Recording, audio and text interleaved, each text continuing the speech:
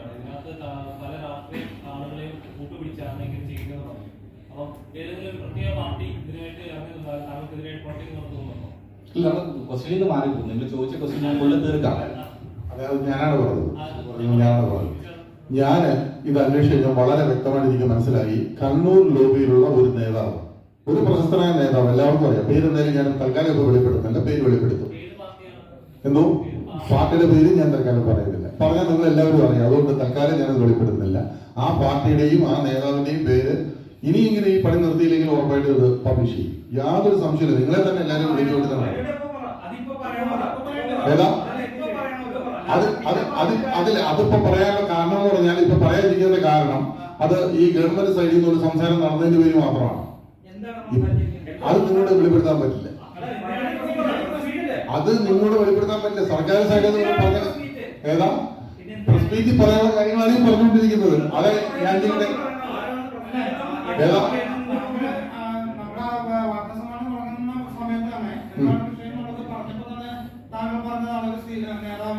അതെ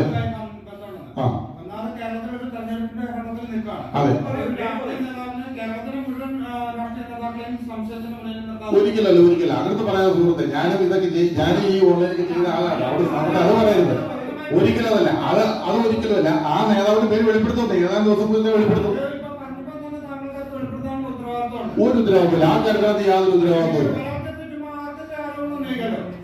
ഞാൻ ചോദിക്കട്ടെ, അങ്ങനെ നീ മുരളിയും ഈ മൗസുമാസിന്റെ സന്തോഷം കൂടെ എനിക്കെതിരെ കൂടെ കേസ് ഫയൽ ചെയ്തു. അത് ഇവിടുത്തെ പ്രമുഖ ഒരു പത്രം എഴുതിയ ഇവിടുത്തെ പ്രമുഖമായ ഒരു പത്രം അതുപോലും ഞാൻ കൂട്ടുപ്രതി എന്ന് പറഞ്ഞ് എഴുതി വെച്ചതിനാണ് വലിയ കുഴപ്പമുണ്ട്. എന്തിനാ എഴുതി വെച്ചത്? അവർക്ക് എന്താണ് ധാർമ്മിക ഉത്തരവാദിത്വം? എന്താണ് ധാർമ്മിക മൂല്യം? അവര് കണ്ടോ? ആളുടെ പേര് ഞാൻ ഇപ്പൊ തൽക്കാലം പറയില്ല. അത് ബുദ്ധിമുട്ടുണ്ട്. ഇപ്പൊ പറയുന്നതിന് ബുദ്ധിമുട്ടുണ്ടെന്ന് പറഞ്ഞാൽ ഒന്നാമത് ഇലക്ഷനാണ്. ആ ഇലക്ഷൻ സമയമാണ് എനിക്ക് പറയുന്നത് വളരെയധികം ബുദ്ധിമുട്ടാ പേര് പറയുന്നത്.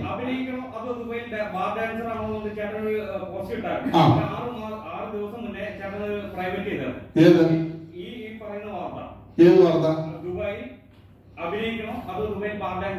ഞാനത് പ്രൈവറ്റ് ചെയ്തതല്ല.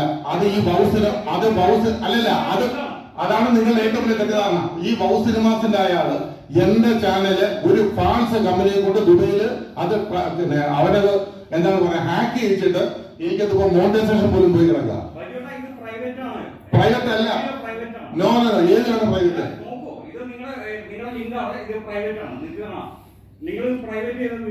ഏത് വീഡിയോ ഞാൻ നിങ്ങൾക്ക് കാണിച്ചോ? അത് ചാനലല്ല. ഞാൻ നിങ്ങൾക്ക് ഫേസ്ബുക്കിൽ നിന്ന് നിങ്ങൾക്ക് കാണണോ?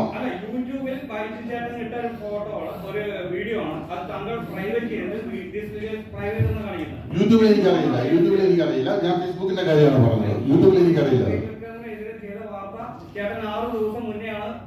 ഇല്ല, ത്രിവിക്രമനെതിരെ ചെയ്ത വാർത്ത അയാൾ തന്നെയാണ് ചാനൽ ഹാക്ക് ചെയ്തിട്ട് അതിന്റെ മോണിറ്റൈസേഷൻ കളഞ്ഞത് 2 ചാനലിൽ. ഇപ്പൊ നടന്നുകൊണ്ടിരിക്കുന്നതാണ് 30 ദിവസത്തേക്ക്. ഒരിക്കലും ചേട്ടന്റെ ടീമിനെ ഇതിനെ ഒന്നും ചെയ്തല്ല. ചേട്ടൻ പ്രൈവറ്റ് ചെയ്തതാണ്. ഏതാ യൂട്യൂബിലെ ഞാൻ ചെക്ക് ചെയ്തിട്ട് പറയാം. ഓൾറെഡി ചെക്ക് ചെയ്തിട്ട്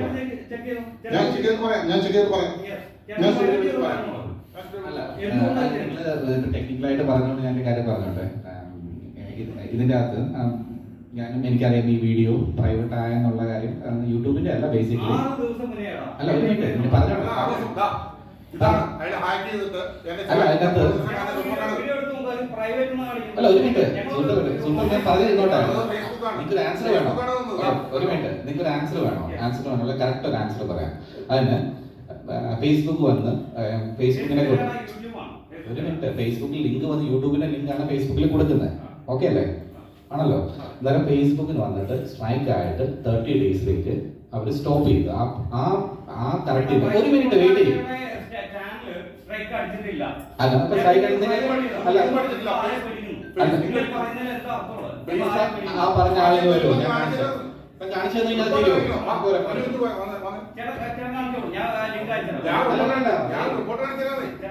ഫേസ്ബുക്ക്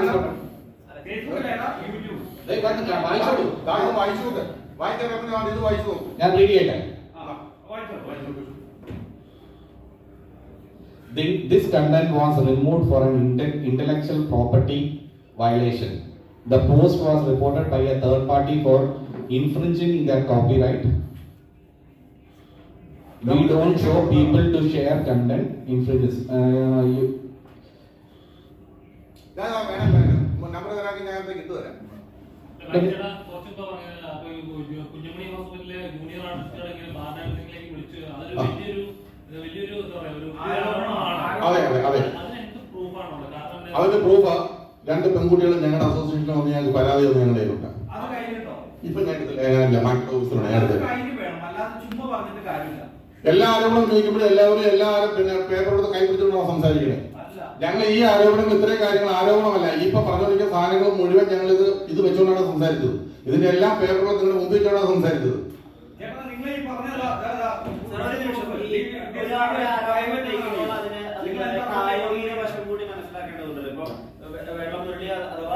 അല്ല വെള്ളമുരളിയുടെ പട്ടണമുരളി ഞങ്ങളോടൊപ്പം പ്രസ് മീറ്റിൽ പങ്കെടുത്തപ്പോൾ അദ്ദേഹത്തിന്റെ കയ്യിൽ രേഖകളെന്ന് തോന്നിപ്പിക്കുന്ന വിധത്തിലുള്ള പേപ്പറുകളാണെന്ന് നിങ്ങൾ പറയുമ്പോൾ പോലും അദ്ദേഹത്തിന്റെ സംസാരത്തിൽ കുറച്ചുകൂടി സ്പഷ്ടത ഉണ്ടായിരുന്നു, വ്യക്തികളുടെ പേരുണ്ടായിരുന്നു, അതിന് ക്ലാരിറ്റി ഉണ്ടായിരുന്നു. ഇവിടെ ഇപ്പോ കണ്ണൂരിലെ ഏതോ നമ്മളെല്ലാം അറിയപ്പെടുന്ന നേതാവ്, തൃശ്ശൂരിലെ ഏതോ ASP, ഏതോ ജൂനിയർ ആർട്ടിസ്റ്റുകൾ എന്ന് പറയുമ്പോൾ അവിടെ നിങ്ങളുടെ വ്യക്തിത്വവും അല്ലെങ്കിൽ നിങ്ങൾ പറയുന്നതിന്റെ വ്യക്തതയും നിങ്ങളുടെ ഇന്റഗ്രിറ്റിയും കൂടിയാണ് ഞങ്ങൾക്ക് പേരുകൾ വെളിപ്പെടുത്തിയാൽ ഈ 10-69 മീഡിയകളിലൂടെ കൂടിയതിന്റെ ഒരു കാരണം കൂടി ഉണ്ടാവുമായിരുന്നു. അല്ല ഇപ്പോഴത്തെ ഇഷ്യൂ എന്താണ്? മുരളി ഇവിടെ സംസാരിച്ച് പത്രസമ്മേളനം നടത്തിയപ്പോൾ മുരളി പറഞ്ഞ വെള്ള പേപ്പർ കാണിച്ചപ്പോൾ എൻ്റെ കയ്യിൽ എന്നെ 100 കോടി പറ്റിച്ചു എന്ന് പറയുന്നു. ഇപ്പോഴത്തെ ഇഷ്യൂ ഇവിടുത്തെ ഒരു ACPയോ അല്ലെങ്കിൽ ഇവിടുത്തെ ഒരു ത്രിവിക്രമനോ ബാർ ഡാൻസോ അതൊന്നും അല്ല ഇവിടുത്തെ ഇഷ്യൂ വന്ന് ഞാനൊരു പ്രവാസിയായിട്ട് ഞാൻ ഇവിടുന്ന് പോയി, എൻ്റെ കയ്യിൽ നിന്ന് ഇത്രയും പൈസ പോയ ശേഷം എനിക്കെതിരെ ഇത്ര കേസ്. ഓക്കെ, ഈ പ്രശ്നമായിട്ട് ബന്ധപ്പെട്ട് ഇപ്പൊ നിങ്ങൾ ചോദിക്കുവാണ്, ഒരു പുള്ളി ചോദിച്ചു ഈ ടൈലിന്റെ ക്വാളിറ്റിയുടെ കാര്യത്തെ പറ്റി ചോദിച്ചു. ക്വാളിറ്റി റിപ്പോർട്ട് ഇവിടെ ഉണ്ട്. അത് ഓൾറെഡി വന്ന് ഇന്ത്യൻ ഗവൺമെന്റ് DGFT അപ്രൂവ് ചെയ്തൊരു സാധനമാണ് ഇവിടെ ഉള്ളത്. അതിന്റെ പ്രൂഫ് ചോദിക്കുക, അതിന്റെ പ്രൂഫ് കറക്റ്റായിട്ട് തിരിച്ചു തരും. ഇപ്പൊ മുരളിക്ക് അയച്ചു കൊടുത്ത പൈസയുടെ റെസീപ്റ്റ് ചോദിക്കുക, റെസീപ്റ്റ് ഉണ്ട്, റെസീപ്റ്റ് തരും.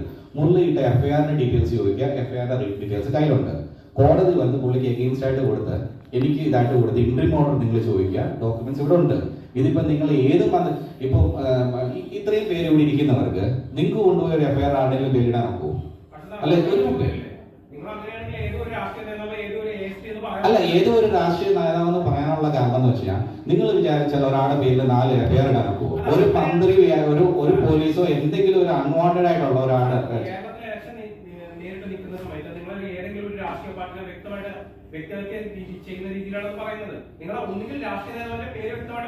ഈ വ്യക്തിഹത്യ ചെയ്യുന്നത് ആളുടെ പേരെടുത്ത് പറഞ്ഞിട്ട് അവരെ എന്തെങ്കിലും ബുദ്ധിഹത്യ ചെയ്യുവാണെന്നാണ് വ്യക്തിഹത്യ. ഇത് വ്യക്തിഹത്യ അല്ല. ആരോപണം പറഞ്ഞത് ആരോപണം തന്നെയാണ്. ഒരു രാഷ്ട്രീയ പറഞ്ഞ ആരോപണം തന്നെയാണ്. ഏതോ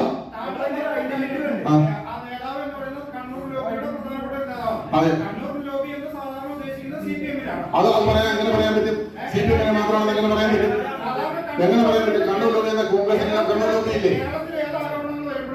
നിങ്ങൾ അതീ പിടിച്ച് ഞാനല്ല, സുഹൃത്തുക്കളെ അതീ പിടിച്ച് ഞാനല്ല. ഞാനും ഒന്നാമര കമ്മ്യൂണിസ്റ്റുകാരായിരുന്നു. ഒന്നാമര കമ്മ്യൂണിസ്റ്റുകാരെ ചുമന്ന കൂടി പിടിച്ച ആൾ തന്നെയാണ്. അത് യാതൊരു മാറ്റവും. അതുകൊണ്ട് ആ രീതിയിലൊന്നും നിങ്ങൾ അതിനെ പിടിച്ച് വളച്ചൊടിക്കാൻ നോക്കണ്ട. അങ്ങനത്തെ ഒരു സംഗതി ഇല്ല. നിങ്ങൾ പറയുന്ന പോലല്ല. അതുകൊണ്ട് ഞങ്ങൾക്ക് ഇതിനകത്ത് ആ നേതാവ് ആരാണെന്നുള്ളത് ഉറപ്പായിട്ട് ഞാൻ ആ നേതാവിന്റെ പേര് വെളിപ്പെടുത്തി. ഞങ്ങൾ 1-2 കാര്യങ്ങൾ പറഞ്ഞിട്ടുണ്ട്. ആ കാര്യങ്ങൾ വരുമെന്ന് നോക്കട്ടെ. ഇനി FIR കഴിഞ്ഞാൽ FIR എടുക്കട്ടെ. സുഹൃത്തെ ഞാൻ വേറെ കാര്യം ചോദിക്കട്ടെ. ഈ പോലീസ് അല്ല CPM അല്ല നിങ്ങൾ ഒരു മിനിറ്റ് ഇപ്പൊ ഞാനൊരു പോലീസ് സ്റ്റേഷൻ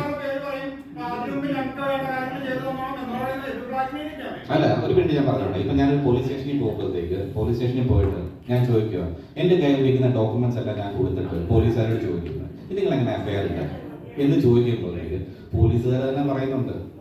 അതായത് നിങ്ങളോട് നിങ്ങൾ നേരത്തെ ചോദിച്ചില്ലേ, ACPയുടെ പേര് ചോദിച്ചില്ലേ? ACPയുടെ സിഗ്നേച്ചർ ഉള്ള സാധനം കയ്യിലുണ്ട്. നിങ്ങൾ കണ്ടുപിടിക്കുക ആരാണ്?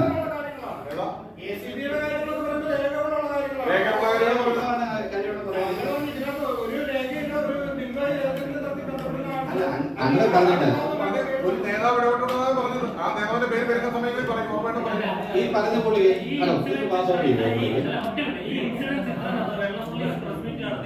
ഇത്രയും വൈകി എന്തുകൊണ്ടാണ് ഇങ്ങനെ ഒരു റെസ്പോൺസ്? കാരണം ഇപ്പൊ പണ്ടത്തെ പോലെ ഒരു മീഡിയ കൂട്ടാനായിട്ടോ അല്ലെങ്കിൽ ഇത്ര റെസ്പോൺസ് എത്താനൊക്കെ താമസമില്ല. സോഷ്യൽ മീഡിയ വളരെ ആക്റ്റീവാണ്. എന്തുകൊണ്ട് ഇത്ര ഡിലേ ചെയ്ത് നിങ്ങൾ ഞാൻ വന്നു ഓസ്ട്രേലിയയിലുള്ളവരെ മനസ്സിലായി അവിടെ ഇരുന്ന് ചെയ്യണമായിരുന്നു. അല്ല ഞാൻ ചോദിക്കട്ടെ, സുഹൃത്ത് ഈ മീഡിയക്കാർ പുള്ളി വന്ന് വെള്ളംപുള്ളി വന്ന് ഇത്രയും പറഞ്ഞു. അപ്പൊ നിങ്ങൾ എന്തെങ്കിലും ഒരു ഡോക്യുമെന്റ് നിങ്ങൾ കാണിച്ചിട്ടുണ്ടോ? അല്ല, നിങ്ങൾ എന്തെങ്കിലും ഒരു ഡോക്യുമെന്റ് നിങ്ങൾ പുള്ളിയുടെ ചോദിച്ചിട്ടുണ്ടോ? ഞാനിവിടെ ഇത്രയും ഡോക്യുമെന്റ് ACP സൈൻ ചെയ്ത ACPയുടെ പേപ്പർ ഉൾപ്പെടെയാണ് പറയുന്നത്. എന്ത് ഡോക്യുമെന്റ്? ആ ഡോക്യുമെന്റ് എന്ന് പറയോ? ഒരു ഡോക്യുമെന്റ് പറയോ നിങ്ങൾ? അല്ല അതാ പറയുന്നത്. അതുകൊണ്ട് നിങ്ങൾ പറയുന്ന വ്യക്തത എന്ന് പറയുമ്പോൾ ഏത് ഡോക്യുമെന്റ് നിങ്ങൾക്ക് തന്നെ ആരോപണം? അല്ല, ഒരേ ഒരു കാര്യത്തിനാണ് പുള്ളി പറഞ്ഞത്, മറുപടി പറയുന്നില്ല. അല്ല, ഒരേ ഒരു കാര്യത്തിനാണ് പുള്ളി പറയാന് കണ്ണൂരിലുള്ള ഒരു ഇലക്ഷൻ ആയതുകൊണ്ട് തന്നെയാണ്. നിങ്ങൾ ഇനി എത്ര നിർബന്ധിച്ചാലും എന്റെ വകയിൽ ആ പെരുപ്പ് തൽക്കാലം വരത്തില്ല. അതുകൊണ്ട് നമുക്ക് ആ വിഷയം വിടാം. മറ്റൊരു പ്രധാനപ്പെട്ട കാര്യം, ഇപ്പോ വാട്ടർമാൻ പ്രൈവറ്റ് ലിമിറ്റഡ് എന്ന പേരിൽ ഓസ്ട്രേലിയയെ ബേസ് ചെയ്തുകൊണ്ട് നമ്മൾ ഒരു കമ്പനി രജിസ്റ്റർ ചെയ്തിട്ടുണ്ട്. 65-35% ഷെയർ.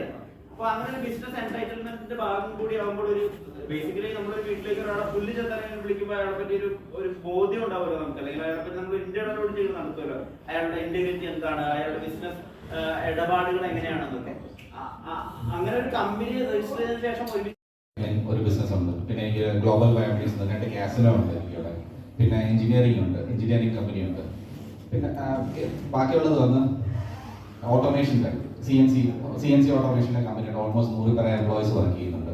അങ്ങനെ ഒരു പുതിയൊരു ഗവൺമെന്റ് ഒരു റൂളിംഗ് വരുന്നത് ഇന്ത്യയിൽ നിന്ന് സാധനം വാങ്ങിക്കുമ്പോഴത്തേക്ക് നമുക്ക് ഡ്യൂട്ടി വേണ്ട. ഞങ്ങൾക്ക് നേരത്തെ ചൈനയായിട്ട് മാത്രമേ ഉണ്ടായിരുന്നു. അപ്പോൾ ഇന്ത്യയിൽ നിന്ന് സാധനം വാങ്ങിക്കുമ്പോഴത്തേക്ക് ഇത് വേണ്ട എന്നുള്ള കാര്യം. അപ്പം മിനിസ്റ്റർ ജയശങ്കർ സാറെല്ലാം അവിടെ വന്നിട്ടുണ്ടായിരുന്നു. അപ്പോൾ ഇന്ത്യൻ ഹൈക്കമ്മീഷനിൽ വരുമ്പോഴത്തേക്ക് ഹൈക്കമ്മീഷന് പ്രഷറുണ്ട് ഇത്രയും ഇന്ത്യൻ എന്നുള്ള എക്സ്പോർട്ടുകൾ ഇമ്പ്രൂവ് ചെയ്യണം എന്നുള്ളത്. അതായത് ഇന്ത്യൻ ഹൈക്കമ്മീഷൻ നമ്മുടെ ഓഫീസിൽ നമ്മളോട് പറയാറുണ്ട്, നമ്മൾ ഇമ്പോർട്ട് ചെയ്യും ചൈനയ്ക്ക് കൊടുക്കുന്ന പ്രിഫറൻസ് നിങ്ങൾ ഇന്ത്യക്ക് കൊടുക്കുക. യു ആർ ഫ്രം ഇന്ത്യ, നിങ്ങളുടെ മദർ കൺട്രിയാണ് ഇന്ത്യ, ഇന്ത്യക്ക് ഒരു പ്രിഫറൻസ് കൊടുക്കുന്നത് പറയുന്നത്. അങ്ങനെയാണ് മുരളി വരുന്നത്. ഇപ്പോൾ ഫോർ എക്സാമ്പിൾ പറയുക, ഇപ്പോൾ ചൈനയിൽ നിന്നൊരു ഫോർ എക്സാമ്പിൾ ഞങ്ങൾ കയ്യിലെടുക്കുമ്പോഴത്തേക്ക് ഞങ്ങൾക്ക് വന്ന് 50% നമുക്ക് അഡ്വാൻസ് പേയ്മെന്റും ബാലൻസ് വന്ന്